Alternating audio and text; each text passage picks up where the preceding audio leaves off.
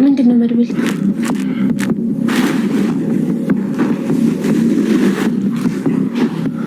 ምን ሆነክ ነው?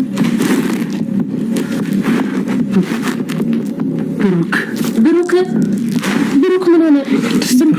ብሩክ ምን እኮ ምንድነው?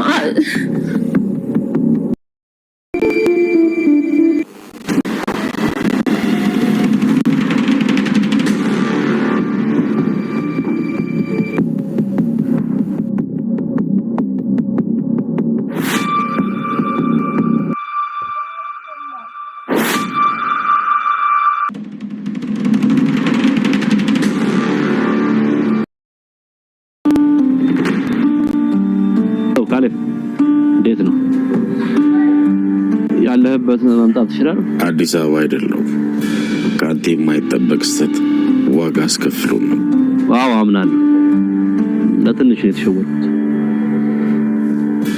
እና መቼ ነው የምትመለሰው? ከሳምንት በኋላ። እንግዲህ ካሌብ መሞት አለበት። ጥርጥር የለውም፣ ይፈጸማል። አመሰግናለሁ።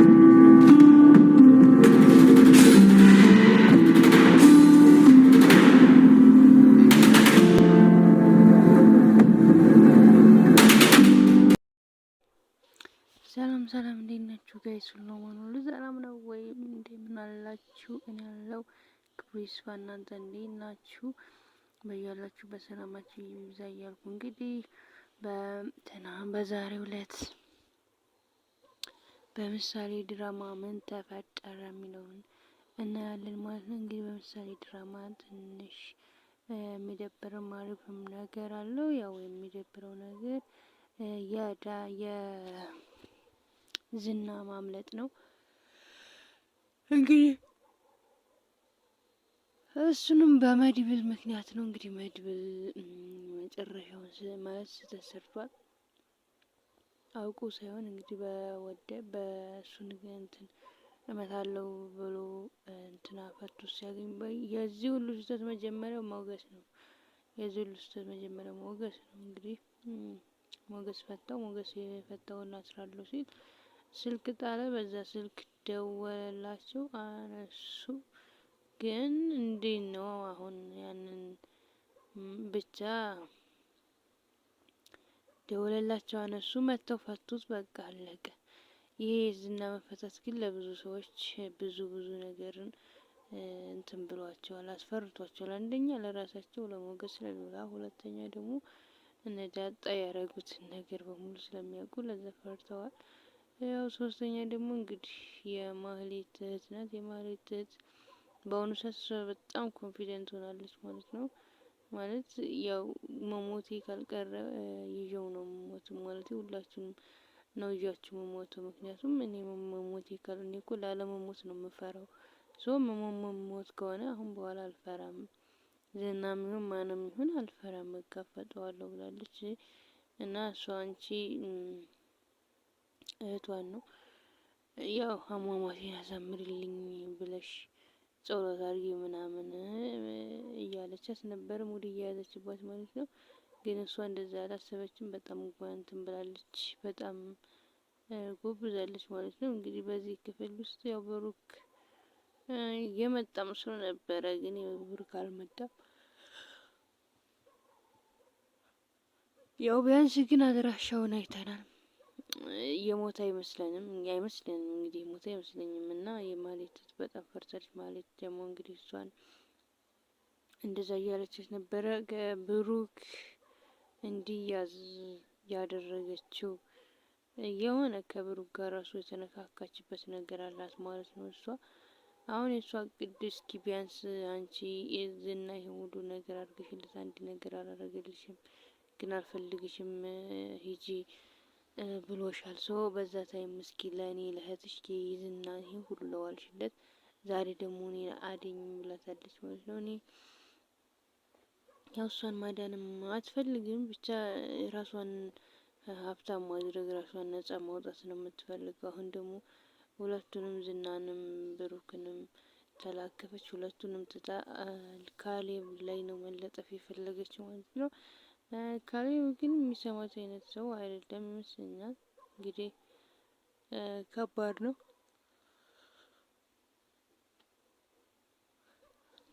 ዳጣ ራሱ እየለፈለፈች ነበረ። ትናንት እኮ እንደ ምግብ ያበላሁት እኔ ነኝ የደገፍኩት፣ ምግብ ስጡ ሲያልኩ እኔ ነኝ። እናንተ እስኪ እንዱን እስኪሸና ድረስ ወንድ ልጅ አይደላችሁ ወይ? እንዴት ወንድ ልጅ ይጨክናል? ምናምን እያለች እየፈርታ ነበር ማለት ነው። በጣም ፈርታለች።